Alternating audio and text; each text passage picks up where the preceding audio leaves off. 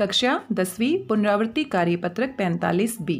आज हम इसी का हल करने वाले हैं जो कि आपको मिला है 12 नवंबर 2021 को, और इसी दिन आप एक और कार्यपत्रक हल कर चुके हैं 45A, जो कि राम लक्ष्मण परशुराम संवाद पाठ से संबंधित था। मेरी भाषा हिंदी भाषा परिवार में आप सभी प्यारे विद्यार्थियों का एक बार फिर से स्वागत है। आइए इन प्रश्नों को हल कर लेते हैं, पुनरावृत्ति कार्य हम पूरा कर लेते हैं। आप यहाँ पर देख सकते हैं वाच्य परिवर्तन से संबंधित यहाँ पर कुछ प्रश्न पूछे गए हैं और वाच्य परिवर्तन हम अच्छे से समझ चुके हैं, अभ्यास कर चुके हैं। वाच्य के मुख्य रूप से 3 भेद होते हैं, कर्तृवाच्य, कर्मवाच्य और भाववाच्य। इनके नाम से ही स्पष्ट हो जाता है, जहाँ पर कर्ता की प्रधानता होती है, क्रिया कर्ता के अनुसार कार्य करती है, परिवर्तित होती है, तो वहाँ पर कर्तृवाच्य होता है।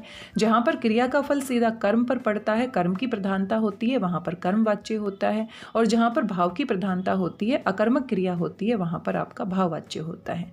तो आइए यहाँ पर देख लेते हैं कौन कौन से उदाहरण दिए गए हैं। प्यारे बच्चों, पिछली कार्यपत्रिका में आपने वाच्य रूपांतरण का अभ्यास किया। वाच्य रूपांतरण क्या होता है? एक प्रकार के वाच्य को दूसरे प्रकार के वाच्य में बदलना, रूपांतरण करना यानी कि बदलना। आइए आज फिर वाच्य रूपांतरण की पुनरावृत्ति करते हैं। दिए गए वाक्यों के लिए निर्देश अनुसार वाच्य रूपांतरण करना है। तो यहाँ पर एक वाक्य दिया गया है और साथ में आपको निर्देश दिया गया है, उसको ध्यान से पढ़ना है और पढ़ने के बाद आपको उसका परिवर्तन करना है। मनीष स्कूल जाता है, तो ये पहला हमारा उदाहरण दिया गया है। मनीष स्कूल जाता है, ये हमारा क्या है? कर्तृवाच्य है। कर्तृवाच्य है और आपने परिवर्तन किस में करना है? कर्मवाच्य में करना है। तो जब भी हम कर्मवाच्य में या भाववाच्य में परिवर्तन करते हैं तो कर्ता के साथ करण कारक की विभक्ति लगाते हैं, या तो हम से लगाते हैं या के द्वारा लगाते हैं या सिर्फ द्वारा भी लगा देते हैं। तो यहाँ पर देखते हैं किस तरीके से हम कर्मवाच्य में बदल सकते हैं। मनीष हमारा कर्ता है, तो मनीष से भी आप कह सकते हैं या मनीष के द्वारा भी आप लगा सकते हैं। मनीष से या के द्वारा स्कूल जाया जाता है। तो ये तो हमने अपने हिसाब से परिवर्तन कर लिया है। यहाँ पर विकल्प भी दिए गए हैं, आइए देख लेते हैं कौन सा सबसे सही विकल्प है। मनीष स्कूल नहीं जाता। अब नकारात्मक वाक्य तो दिया नहीं है, क्योंकि जो वाक्य हमारा मूल रूप से दिया जाता है उसको पूरी तरह से उसके अर्थ को हम नहीं बदल सकते। तो यहाँ पर मनीष स्कूल जाता है, नहीं जाता है तो नहीं आया है, तो ये तो बिल्कुल ही गलत विकल्प हो जाता है। क विकल्प हमारा गलत हो जाता है। मनीष के द्वारा स्कूल जाया जाता है, तो यही अभी हमने किया था, मनीष से या मनीष के द्वारा स्कूल जाया जाता है, बिल्कुल सही विकल्प है। लेकिन फिर भी हम आगे विकल्प देख लेते हैं। मनीष से स्कूल नहीं जाया जाता, तो से तो यहाँ पर सही प्रयोग किया गया है, लेकिन स्कूल नहीं जाया जाता फिर से नकारात्मक वाक्य को बना दिया है, जो कि सही नहीं है। मनीष स्कूल कब जाएगा, और यहाँ पर प्रश्नवाचक बना दिया गया है, जो कि बिल्कुल ही गलत है, क्योंकि हम यहाँ पर अर्थ के आधार पर वाक्य का भेद नहीं परिवर्तित कर रहे हैं, बल्कि वाच्य परिवर्तन हम कर रहे हैं। तो सबसे सही विकल्प हमारा कौन सा हो जाता है? ख विकल्प सबसे सही हो जाता है। मनीष स्कूल जाता है कर्तृवाच्य है, मनीष के द्वारा स्कूल जाया जाता है हमारा क्या बन जाता है? कर्मवाच्य। आइए आगे बढ़ जाते हैं। यहाँ पर दूसरा उदाहरण देख लेते हैं, और यहाँ पर आपसे एक और उदाहरण दिया गया है साधना के द्वारा। तो के द्वारा लगते ही ये हमारा क्या हो जाता है? या तो आपका क्या होगा? कर्मवाच्य, या फिर क्या हो जाएगा? भाववाच्य। मेहमानों के आने की तैयारी की जा रही है, और अब कर्मवाच्य या भाववाच्य है तो हम किस में परिवर्तित करेंगे? कर्तृवाच्य में करेंगे। तो मेहमानों के आने की तैयारी की जा रही है, तो ये हमारा क्या है? कर्मवाच्य है, और कर्मवाच्य है तो इसको हम कर्तृवाच्य में बनाएंगे। तो से और के द्वारा जो कर्ण कारक की विभक्ति होती है उसको हम यहाँ से क्या कर देंगे? हटा देंगे। तो अगर हम हटा देते हैं तो कैसे करेंगे इसको? साधना मेहमानों के आने की तैयारी कर रही है। इस तरीके से हम इसका परिवर्तन कर सकते हैं। लेकिन यहाँ पर विकल्प भी दिए गए हैं, तो विकल्प के अनुसार देखते हैं कौन सा सही विकल्प है। साधना मेहमानों के आने की तैयारी कर रही है। साधना मेहमानों के आने की तैयारी कर रही है, पहला ही विकल्प वैसा ही है जैसा अभी हमने परिवर्तित किया है, लेकिन आगे के विकल्प भी हम पढ़ लेते हैं। साधना मेहमानों के आने की तैयारी नहीं कर रही, तो नहीं तो बिल्कुल नहीं आएगा, क्योंकि वाक्य हमारा नकारात्मक नहीं दिया गया है। साधना से मेहमानों, अब से लगते ही हम इसको हटा देंगे, क्योंकि करण कारक की विभक्ति हमारे कर्तृवाच्य में कभी नहीं लगती। साधना मेहमानों के आने की तैयारी कभी नहीं करती, तो ये भी नकारात्मक बना दिया है, तो ये भी बिल्कुल गलत है। तो यहाँ पर कौन सा सबसे सही विकल्प है? क विकल्प सबसे सही है। मैं नहीं खाता हूँ, तो ये हमारा कर्तृवाच्य है, नकारात्मक भाव है, और यहाँ पर भाव की प्रधानता यानी कि हमें किस में परिवर्तित करना है? भाववाच्य में। तो मैं हमारा क्या है? कर्ता है, और कर्ता के साथ करण कारक की विभक्ति हम लगाएंगे तो से या के द्वारा लगाएंगे। तो हम क्या कर सकते हैं? मुझसे, और नहीं खाता हूँ, खाना नहीं खाया जाता।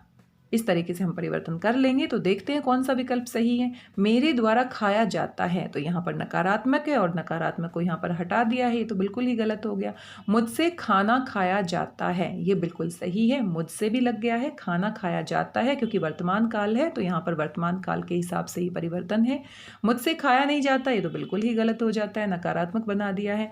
मैं खा ही नहीं सकता, ये बिल्कुल ही यहाँ पर अलग है। तो सबसे सही विकल्प कौन सा हो जाता है? ख विकल्प सही हो जाता है। आगे बढ़ जाते हैं। शिल्पकार कलाकृति बनाता है, तो शिल्पकार कलाकृति बनाता है, यहाँ पर कर्ता के साथ कोई विभक्ति नहीं है और कलाकृति बनाता है, कौन बनाता है? शिल्पकार बनाता है। तो वाक्य की रचना किस हिसाब से है? कर्तृवाच्य। परिवर्तन किस में करना है? कर्मवाच्य में करना है। तो कर्ता के साथ क्या लगाएंगे? करण कारक की विभक्ति लगाएंगे और क्रिया में यथासंभव परिवर्तन करेंगे, जा के रूप के साथ परिवर्तन करेंगे। तो क्या कर सकते हैं हम इसको, कैसे बना सकते हैं? शिल्पकार द्वारा कलाकृति बनाई जाती है, क्योंकि वर्तमान काल है तो वर्तमान काल में ही हमारा परिवर्तन होना चाहिए। आइए विकल्प देख लेते हैं। शिल्पकार कलाकृति नहीं बनाता है, यहाँ फिर से नहीं लगा दिया है, जो कि बिल्कुल गलत है। शिल्पकार द्वारा कलाकृति बनाई जाती है, ये बिल्कुल सही है। वैसा ही परिवर्तन है जैसा अभी हमने नियम के हिसाब से सोचा है।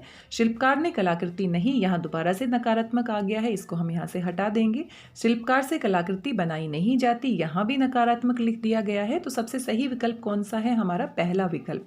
हमें यहाँ पर काल का परिवर्तन नहीं करना है। वर्तमान काल है तो वर्तमान काल में ही परिवर्तन होगा, भविष्यत काल है तो भविष्यत काल में ही परिवर्तन होगा। सकारात्मक वाक्य है तो सकारात्मक बनेगा, नकारात्मक है तो नकारात्मक बनेगा, प्रश्नवाचक है तो प्रश्नवाचक में ही परिवर्तन होगा। तो हमें मूल रूप से वाक्य की रचना को परिवर्तित नहीं करना है, इसलिए वाच्य रूपांतरण करते समय हम विशेष रूप से ध्यान रखेंगे कि वाक्य की रचना को हम परिवर्तित नहीं करेंगे।